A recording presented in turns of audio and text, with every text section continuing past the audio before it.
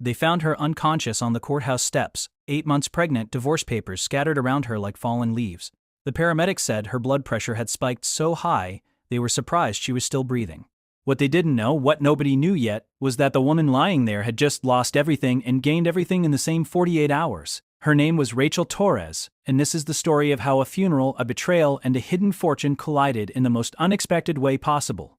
Stay with me, because what happens next will make you question everything you think you know about the people closest to you. It started on a Tuesday morning when Rachel's phone rang at 5:43 a.m. She was already awake, had been for hours, lying beside her husband David while their unborn daughter kicked against her ribs. The number on the screen was her father's neighbor, and Rachel knew before she even answered. "Your father collapsed. The ambulance came. I'm so sorry, sweetheart. He didn't make it." Carlos Torres, 68 years old, died of a massive heart attack while watering his tomato plants in the backyard of his modest 2-bedroom house in Sacramento. Rachel's father had raised her alone after her mother died when Rachel was 7. Carlos worked as a building maintenance supervisor for 40 years at the same office complex downtown, took the bus to work every single day, packed his lunch in a brown paper bag. He lived in the same house Rachel grew up in, drove a 15-year-old Honda Civic with a dent in the passenger door, and his idea of luxury was buying the name brand coffee instead of the store brand. When Rachel brought David home to meet her father 6 years ago, she could see the disappointment in David's eyes. David came from money, went to business school, wore watches that cost more than Carlos made in 3 months. He never said anything outright, but Rachel felt his judgment in the way he checked his phone during dinner, the way he declined her father's offer of homemade tamales. David worked in commercial real estate development, made 6 figures by 30, drove a leased BMW. Rachel had met him at a charity gala where she was volunteering. He was charming, confident, told her she was different from other women, more genuine, more grounded. They got married after a year and a half. That was 3 years ago. The pregnancy wasn't planned, but Rachel was overjoyed when she saw those 2 pink lines. David's reaction was different. He stared at the test for a long moment and then said they needed to talk about timing, about finances, about whether this was really the right decision. Rachel felt something crack inside her chest that day, but she told herself it was just shock, that he'd come around. Except David didn't come around. He became distant, worked later hours, barely touched her anymore. When she tried to talk to him about it, he'd say he was stressed about work, that she was being oversensitive, that pregnancy hormones were making her paranoid. Before we dive deeper, let us know in the comments where you're watching from. We'd love to hear from you. And if you're new here, click on the subscribe button so you never miss any of our upcoming videos. Rachel's father died on a Tuesday and the funeral was scheduled for Friday. 3 days of David barely speaking to her except to complain about having to take time off work. 3 days of Rachel going through her father's house, trying to organize his affairs, while grief sat like a stone in her chest. She found his work badge in a drawer, his reading glasses on the kitchen table next to a crossword puzzle he'd never finish. She sat on his couch and cried until her body had nothing left. David didn't come with her to the house, said he had meetings. He couldn't cancel. Rachel's best friend Maya came instead, held her while she sobbed, helped her sort through paperwork. The funeral was small, maybe 30 people, mostly coworkers and neighbors. Rachel wore a black maternity dress and stood greeting people who told her what a good man her father was. David stood beside her in an expensive suit, checking his phone every few minutes, his jaw tight with impatience. When Rachel's knees buckled during the service, David didn't move to help her. Maya rushed over instead. Rachel looked up at her husband and saw a stranger. At the cemetery, it started to rain. That light, misty rain that makes everything gray and cold. Rachel kept staring at the casket thinking, this can't be real. I just talked to him 4 days ago. Her hand rested on her belly and she felt her daughter moving and thought about how her father would never meet his granddaughter. The grief was so overwhelming, she thought it might actually kill her. That's when David leaned in close to her ear. Rachel thought maybe finally he was going to comfort her. Instead, he whispered, "We need to talk after this. I can't do this anymore." Rachel turned to look at him, rain dripping down her face mixing with tears. "I want a divorce, Rachel. I'm sorry about your dad, but this hasn't been working for a while. I've already talked to a lawyer. You'll get the papers next week."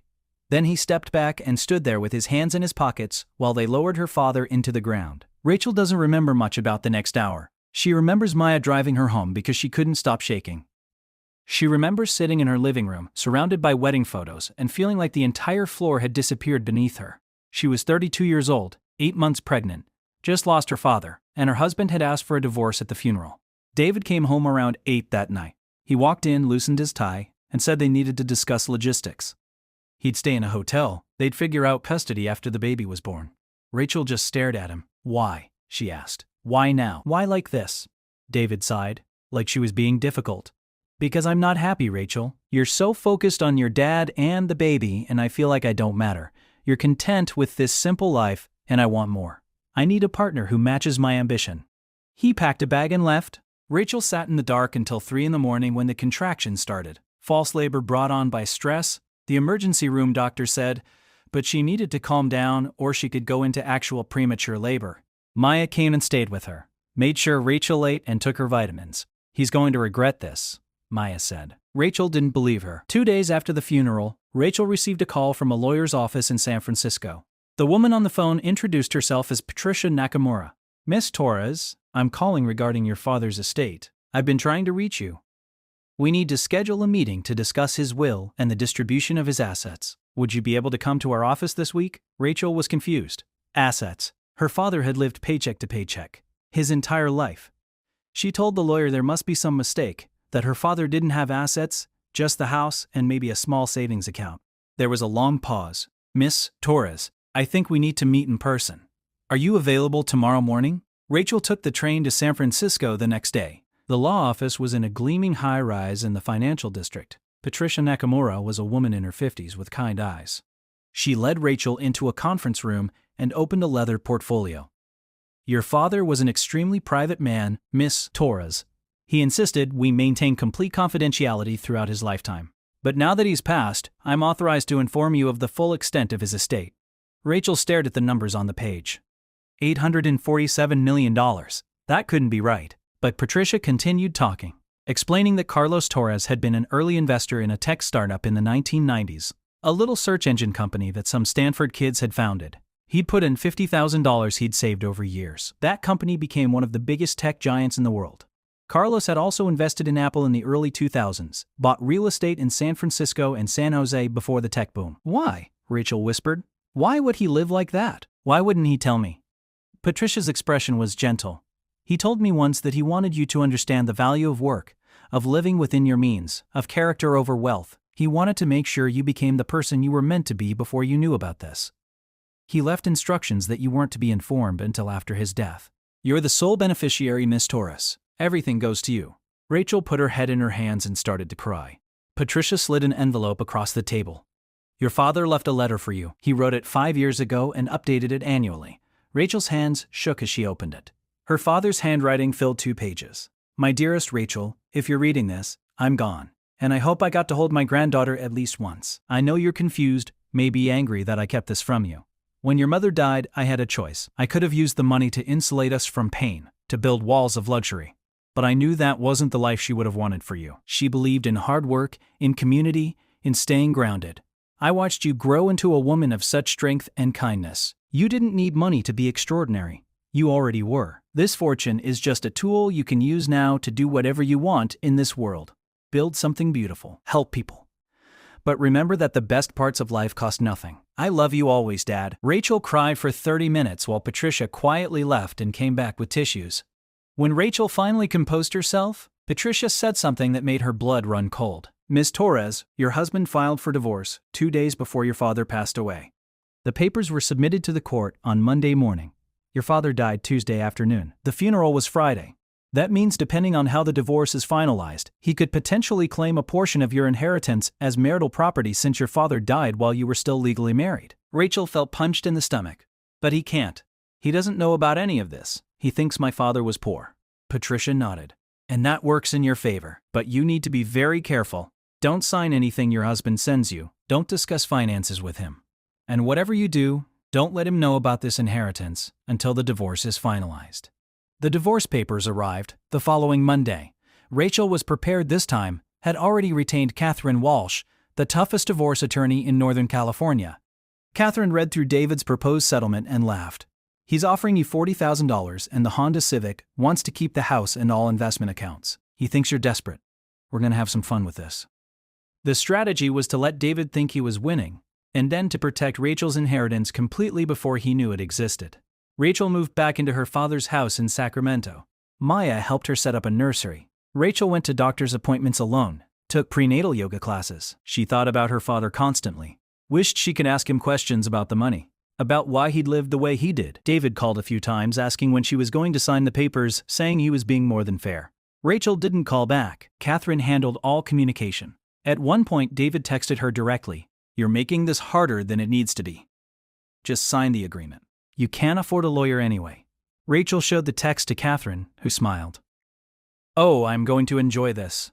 At 3 in the morning on October 21st, Rachel's water broke. Maya drove her to the hospital. Elena Grace Torres came into the world at 9:37 p.m., 7 pounds 8 ounces, with dark hair and her grandfather's nose. Rachel held her daughter and cried, wished so desperately that her father could have met this little person. David came to the hospital the next day, held Elena for exactly 12 minutes, then left. He didn't ask how Rachel was feeling, just talked about needing to update the divorce papers.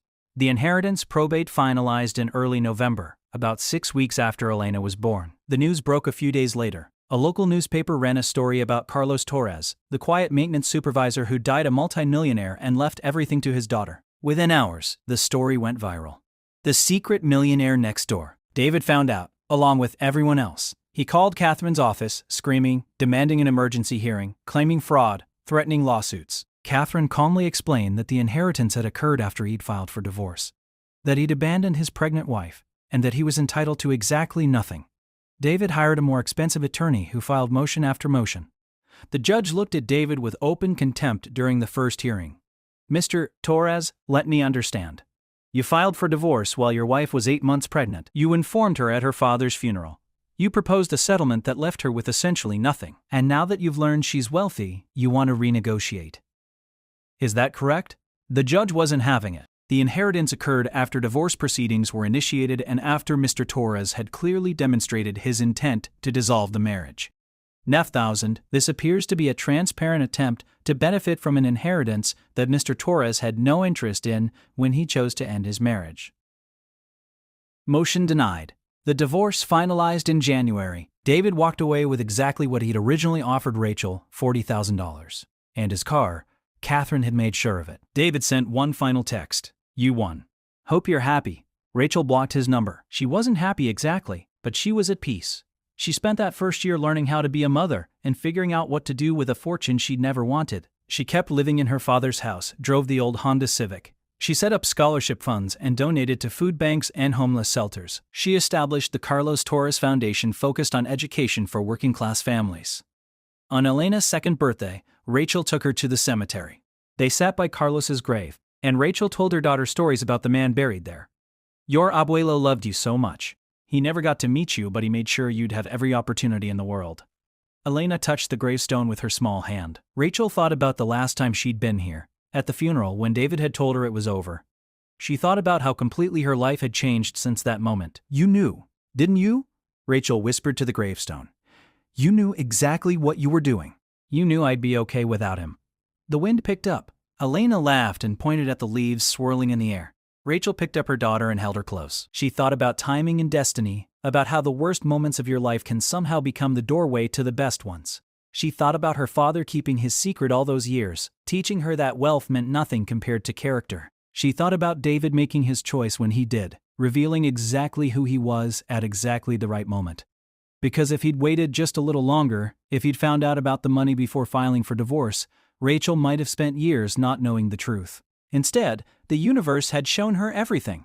David had wanted a divorce when he thought she had nothing. That told her everything about his love, about what their marriage had really been. And her father had given her the greatest gift imaginable, not just financial security, but the knowledge that she'd been loved unconditionally. Rachel drove home as the sun was setting.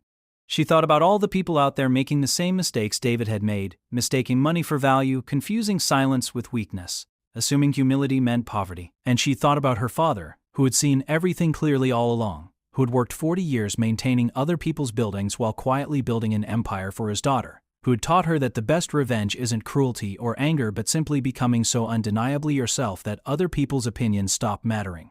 Rachel pulled into the driveway of the small house, the house she still lived in despite being able to afford anything in the world. She looked at the tomato plants she'd planted in honor of her father, looked at the light in Elena's nursery. This was home, not because it was expensive or impressive, but because it was filled with love and memory and the presence of a man who'd understood what actually mattered. So what would you have done in Rachel's place? Would you have fought for a share for the man who abandoned you? Or would you have protected it the way she did? And what do you think about Carlos's choice to hide his wealth? Was it wisdom? Or was it a secret he should have shared? Tell me in the comments, because I really want to know what you think. And if this story made you feel something, if it made you think about the people in your own life and what they're really made of, subscribe to this channel, because the next story is about a man who spent 20 years planning revenge on the business partner who betrayed him. And what happened when that revenge finally came due. You won't want to miss it.